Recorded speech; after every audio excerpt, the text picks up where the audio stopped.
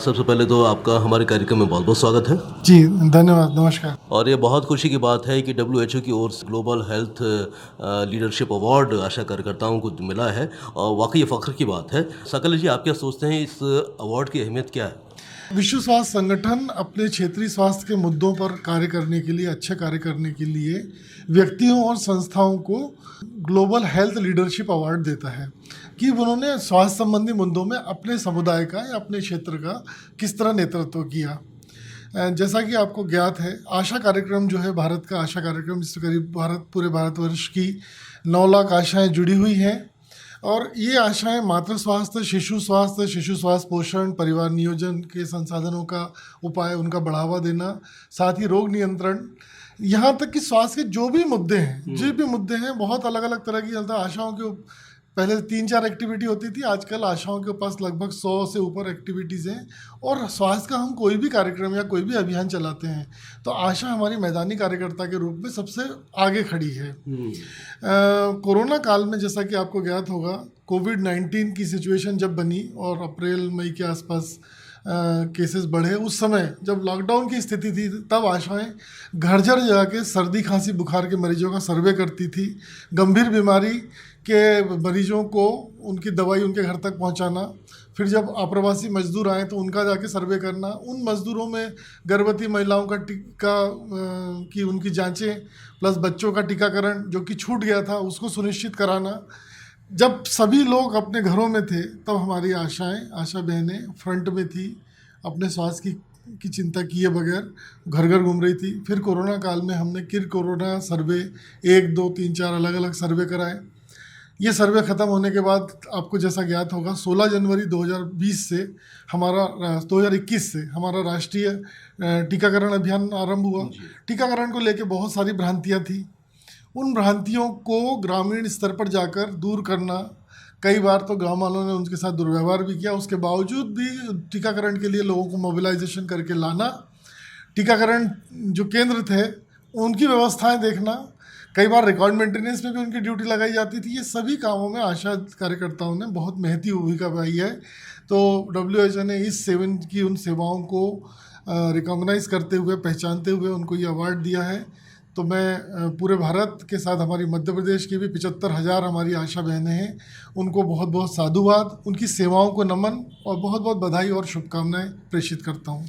सागर जी, वाकई खुशी की बात है कि डब्ल्यूएचओ ने ये अवार्ड दिया है, पूरे आशा कार्यकर्ताओं को समर्पित किया है और माननीय प्रधानमंत्री जी ने सभी आशा कार्यकर्ताओं को बधाई दी है और जाहिर है कि इससे उनकी हौसला अफजाई भी हुई है और आगे काम करने में एक नई ऊर्जा का भी वो अनुभव कर रही हैं।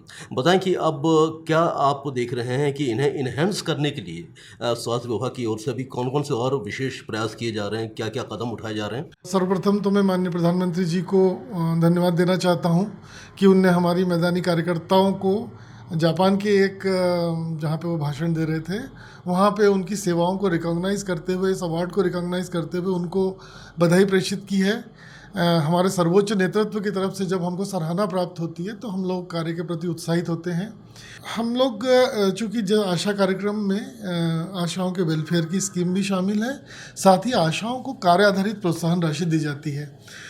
ये कोशिश रहती है, प्रति माह ये कोशिश रहती है कि प्रति माह किसी भी स्थिति में 5 तारीख के पहले आशाओं को प्रोत्साहन राशि का भुगतान हो जाए। और उसके लिए पूरे हमारे जिला community mobiliser, block community mobiliser, मतलब पूरा हमारा जिलों से और ब्लॉक स्तर का हमारा अमला सक्रिय रहता है। मध्य प्रदेश राज्य है जो कि मातृ स्वास्थ्य और शिशु स्वास्थ्य से जुड़ी हुई कुछ विशेष गतिविधियाँ, चिन्हित 7 गतिविधि हैं, उसके लिए राज्य सरकार जो आशा को पैसा मिलता है उसका डबल, मतलब 100% टॉपअप करके अपनी तरफ से भी देती है। और पिछले दिनों मैंने जिलों से जो आंकड़े ज्ञात किए, उससे लगभग आशाओं का 40% उनकी प्रोत्साहन राशि में बढ़ोतरी हुई है। और हम लोग निश्चित लगातार सक्रिय हैं कि आशा बहनें अपना कार्य को सही तरीके से कर पाएँ, उनको बीमा, उनको वेलफेयर, उनको आगे पढ़ने के लिए हम मदद कर पाएँ। क्योंकि आशा बहनें गर्भवती यदि हो जाती हैं या बीमार हो जाती हैं तो 6 महीने तक हम उनको जो उनकी बेसिक रूटीन राशि है वो उनको प्रोवाइड करेंगे और साल दर साल हम इसमें बढ़ोतरी करना चाहेंगे। जी, तो आपको क्या लगता है कि अब जब डब्ल्यूएचओ का ये अवार्ड मिला है पूरी आशा कार्यकर्ताओं को, देश की तकरीबन 10 लाख आशा कार्यकर्ता हैं, तो अब और क्या चाहते हैं आप कि आने वाले समय में इनका दायित्व और किस प्रकार से बढ़ जाता है और ये किस प्रकार से और भी नए नए पहलुओं पर काम करने के लिए लालायित रहेंगी? देखिए, निश्चित रूप से पुरस्कारों से तो उत्साहवर्धन होता है। पुरस्कारों के माध्यम से देखिए, प्रचार प्रसार के माध्यम आजकल बहुत हो गए हैं, तो प्रत्येक आशा को ये पता लगा है कि उसको विश्व स्तर पर कोई बहुत बड़ा अवार्ड मिला है, उनके पूरे संगठन को मिला है, तो निश्चित रूप से उनकी कार्यक्षमता में वृद्धि होगी, उनके मनोबल में वृद्धि होती है। प्लस ये जरूर है, जैसे आशा का नाम ही है एक्रेडिटेड सोशल हेल्थ एक्टिविस्ट, मतलब सामाजिक मान्यता प्राप्त कार्यकर्ता। तो आशाओं की सेवाओं को तो हमारा समुदाय अभी भी मानता है, लेकिन ये अवार्ड इस तरह से मिलने के पश्चात अब जो बाकी संस्थाएं हैं, शासन से जुड़े हुए दूसरे विभाग हैं और एक समुदाय का वो तबका जो कि अभी तक आशा को नहीं जानता था, वो भी उनको जानने लगेगा और वाकई निश्चित रूप से आशा एक नई आशा की किरण के रूप में प्रस्तुत होगी। अभी तो ये अवार्ड जैसे विश्व स्तर पे मिला है, हम लोग वैसे भी आशा अवार्ड देते हैं प्रतिवर्ष। हम लोग स्वतंत्रता दिवस पे और गणतंत्र दिवस पे किसी भी एक पे आशाओं को ब्लॉक स्तर आशा अवार्ड, जिला आशा अवार्ड देते हैं। पिछले वर्ष जब हमने राज्य स्तर पर भी आशाओं को यहाँ पर पुरस्कृत किया, जो अच्छे कार्यकर्ता हैं, प्रत्येक संभाग से 2-2 आशाओं कार्यकर्ताओं को दिया था। जिला स्तरीय अवार्ड तो हम प्रतिवर्ष देते हैं, हमारा अवार्ड होता ही, वो हमारा आशा अवार्ड हमारी एक। Thank you so much. धन्यवाद, बहुत बहुत धन्यवाद। आपका नाम बताइए। प्रभावती नरवाड़े। आप कहाँ की हैं? अमराई बागशवनिया। प्रभा जी, हम जानना चाहते हैं कि आप कितने सालों से आशा कार्यकर्ता के रूप में काम कर रही हैं? सर 7 साल पूरा होगा, 8वां लग गया। अच्छा, आपको मालूम है कि ये विश्व स्वास्थ्य संगठन ने ग्लोबल लीडरशिप अवार्ड से सम्मानित किया है आप सभी को? Thank you sir. कैसा लग रहा है ये सम्मान मिलने पर? बहुत अच्छा लग रहा है सर। जो काम कर रही हैं इतने सालों से, आप कौन कौन सी भूमिका का निर्वहन करती हैं, चाहे वो टीकाकरण अभियान हो या गर्भवती माताओं को उनकी देखभाल के बारे में बताना हो, और कौन कौन से काम करती हैं आप? सर जैसे बीपी शुगर वाले रहते हैं, उनको भी हम जानकारी देते हैं कि आपको महीने में जाना पड़ेगा, बीपी आपको कितना है, कम है, ज़्यादा है, और आपको कौन सी दवाई लेना पड़ेगी। और इसीलिए भी हम उनको प्रोत्साहन करते हैं कि जाओ, आप अस्पताल में जाओ। और गर्भवती महिला को जैसे कि गर्भ का पता चलते ही उनको हम बता देते हैं कि सबसे पहले आंगनवाड़ी में रजिस्ट्रेशन करना है। फिर इसे 3 महीने के अंदर छोटी आयरन की गोलियां दे देते हैं। इससे बच्चे का माइंड जो रहता है उसका विकास होता है। और सबसे पहले टीटी का पहला टीका लगना चाहिए, इसके बाद में 1 महीने बाद में दूसरा टीका लगता है, और कम से कम सरकारी अस्पताल में 4 जांच होना आवश्यक है। आपने 2 साल के कोरोना काल में भी काफ़ी काम किया है, तो ये कितना चुनौतीपूर्ण काम था आपके लिए, और क्या आपने किसी डर के बीच में रहकर कभी ये सोचा कि कोरोना हमको भी हो जाएगा तो हम काम ना करें? तो आपने कुछ ऐसा विचार आपके मन में आया? नहीं सर, हम कोरोना काल में भी हम गर्भवती महिला को रात को 2-2 बजे भी लेके जाते थे अस्पताल में डिलीवरी करवाने के लिए। डर तो था, लेकिन वो डर, वो महिला के दर्द के पीछे वो डर पता नहीं कहाँ चला जाता था। अगर रात को 2 बजे भी पेशेंट हमारे घर में आता है, घंटी या बेल बजाता है, हम उसको पेशेंट को कभी नहीं बोलते कि हम नहीं आएंगे, हाँ भैया चलिए हम आ रहे हैं। किस तरह की योजनाओं के बारे में बताती हैं? जैसे PMY का भी, गर्भवती का लाडली लक्ष्मी योजना भी है, और जैसे 4 जांच करोगे, और जैसे कि जन्म प्रमाण, प्राइवेट में डिलीवरी करोगे तो जन्म प्रमाण पत्र आपका बनेगा नहीं, सरकारी में करोगे आपको उसका लाभ मिलेगा। और जैसे कि डिलीवरी के बाद में प्राइवेट करोगे पैसे नहीं मिलेगा, यहाँ आपको वो भी पैसा मिलता है।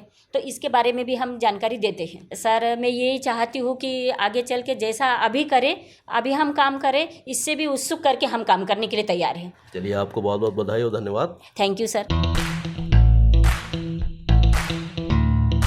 क्या नाम है आपका? सर हेमलता वर्मा। हेमलता जी, आप कौन से गांव की आशा हैं? मैं ग्राम नरेला।